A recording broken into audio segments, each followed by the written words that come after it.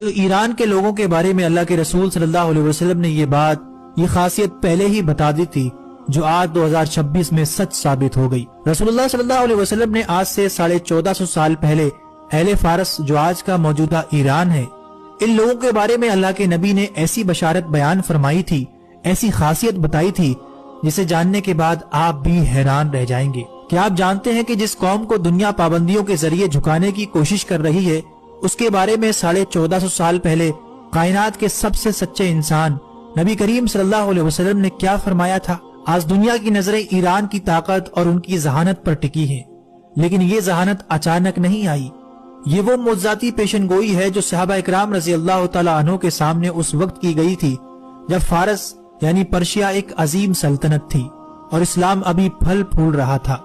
صحیح بخاری کی وہ حدیث یاد کریں جب حضور صلی اللہ علیہ وسلم نے حضرت سلمان فارسی کے کاندھے پر ہاتھ رکھ کر فرمایا تھا، اگر علم یا ایمان ثریا ستارے آسمان کی بلندیوں پر بھی ہوگا تو فارس کے بیٹے وہاں پہنچ کر اسے بھی حاصل کر لیں گے۔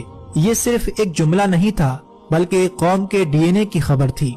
تاریخ گواہ ہے کہ امام بخاری ہوں یا امام مسلم ہوں یا بڑے بڑے مسلم سائنسدان، ان کی جڑیں اسی خطے سے تھیں۔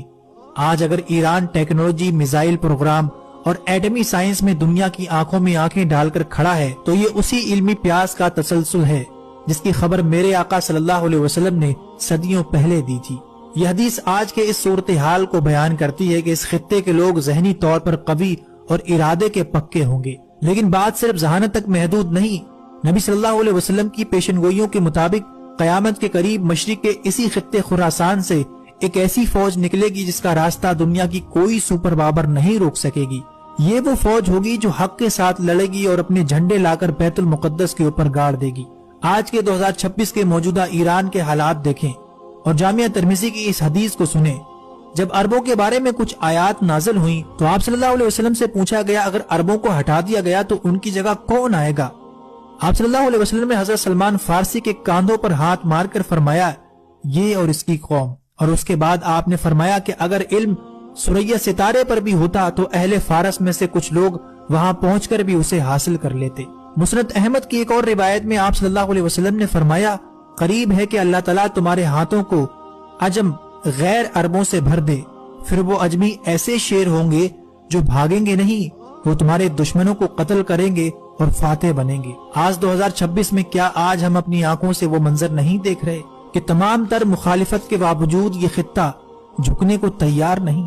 دوستو، یہ محض سیاسی خبریں نہیں ہیں، یہ وہ الہی اشارے ہیں جن سے ہمیں خبردار کیا گیا تھا۔ اللہ کے رسول نے فرمایا تھا کہ ایک وقت ایسا آئے گا کہ تم دیکھو گے مرنے والے کو یہ پتا نہ ہوگا کہ اسے مارا کیوں جا رہا ہے اور مارنے والے کو یہ پتا نہ ہوگا کہ وہ مار کیوں رہا ہے۔ یہ جنگی قتل و غارت، ٹیکنالوجی سے لیس آرمی، یہ سب قیامت سے پہلے کی خبردار کرنے والی نشانیاں ہی تو ہیں۔ اللہ کے رسول نے اپنی امت کے ایک حصے کے بارے میں یہ بھی فرمایا تھا کہ میری امت کا ایک حصہ قیامت تک باطل سے لڑتا رہے گا اور ان کے مخالفین ان کا کچھ نہیں بگاڑ سکیں گے۔ کیا آج ہم اپنی آنکھوں سے وہ منظر نہیں دیکھ رہے؟ دوستو، تاریخ کے اوراق پلٹ رہے ہیں اور نشانیاں ایک ایک کر کے ہماری آنکھوں کے سامنے حقیقت کا روپ لے رہی ہیں۔ یہ محض اتفاق نہیں بلکہ اس عظیم تبدیلی کا آغاز ہے جس کی خبر 1450 سال پہلے دی گئی تھی۔ اگر آپ بھی چاہتے ہیں کہ لوگ ان نشانیوں سے بیدار ہوں تو اس ویڈیو کو زیادہ سے زیادہ لوگوں تک ضرور پہنچائیے گا۔